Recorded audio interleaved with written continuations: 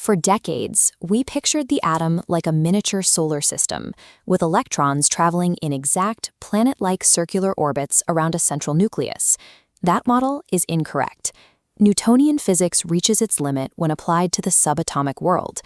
Because classical mechanics ignores the dual wave-particle behavior of matter, it cannot account for the way electrons actually move. In 1927, Werner Heisenberg codified this with his uncertainty principle. It states that an electron's exact position and its exact velocity cannot be known simultaneously. Erwin Schrödinger replaced predictable paths with a mathematical wave function, represented by the Greek letter psi, treating the electron's position as a wave motion. Max Born provided the critical interpretation. Squaring that wave function gives the probability density, the mathematical likelihood of an electron's location in space. Because the exact path of an electron is unobservable, we map atoms using quantized probability zones. This shift moved chemistry away from simple geometry and into the realm of statistics. This brings us to the atomic orbital. Rather than a fixed ring, an orbital is a specific three-dimensional volume where there is a 95% chance of finding an electron. These regions are the direct mathematical solutions to the Schrödinger wave equation, defining the space the electron is allowed to occupy. Every electron exists in a quantized energy state, and its wave function is characterized by a precise set of variables called quantum numbers. The first three numbers are derived from spatial coordinates: the principal quantum number n, the azimuthal number L, and the magnetic number ML. A fourth number, spin, or ms, is required to account for intrinsic particle properties that spatial coordinates alone cannot explain.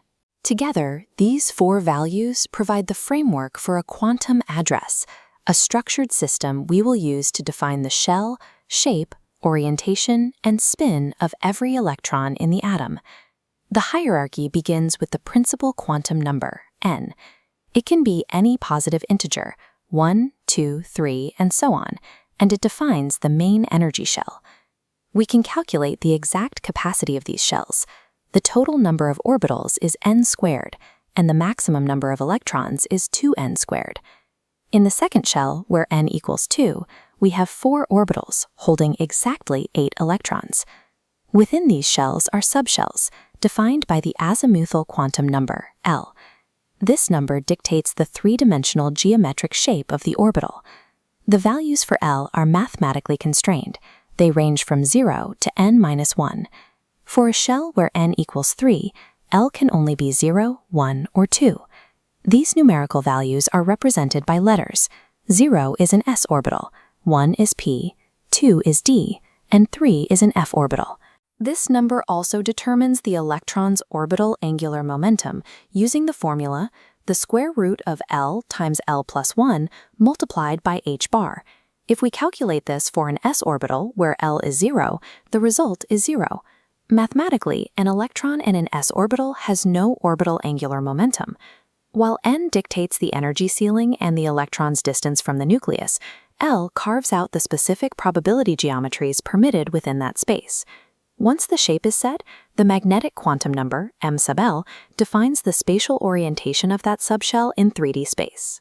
The rule for ML ranges from negative L to positive L, meaning there are 2L plus 1 total orbitals for every subshell. For a p orbital, where L equals 1, we get 3 possible orientations. As we see here, one of those orientations is aligned precisely along the z-axis. Within these spaces lie nodes, mathematical boundaries where probability density drops to precisely 0%. This creates a counterintuitive reality.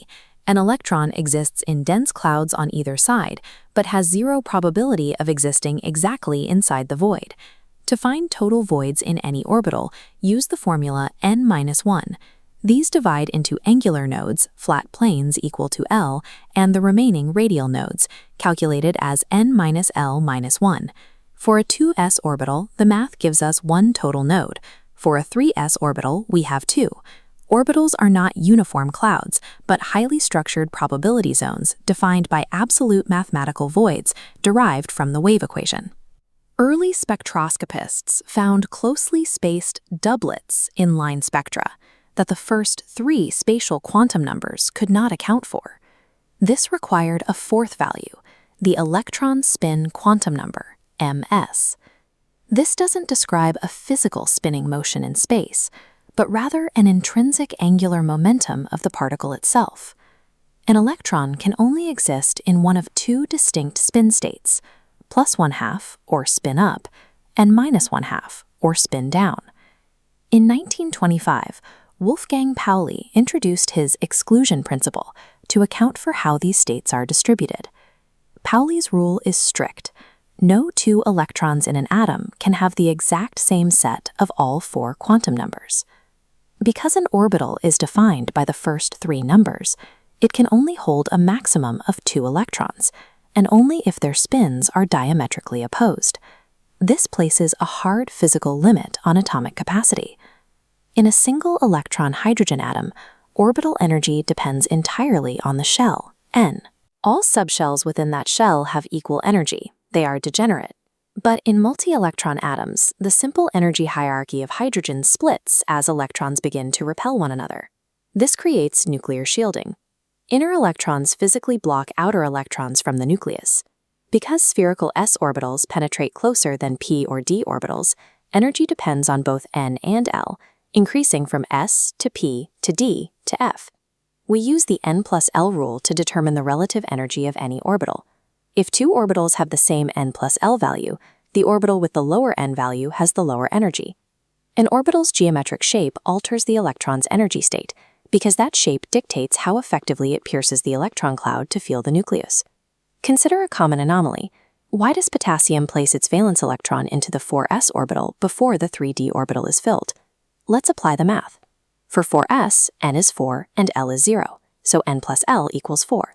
For 3d, n is 3 and l is 2, totaling 5. Since 4 is less than 5, 4s has lower energy. This is the foundation of the Aufbau principle. Electrons in their ground state will occupy the lowest energy orbitals available to them first. The diagonal filling order taught in chemistry is simply a strict application of this mathematics. The macroscopic architecture of chemistry, from how elements react to the shape of the periodic table, is dictated entirely by these 4 simple integers.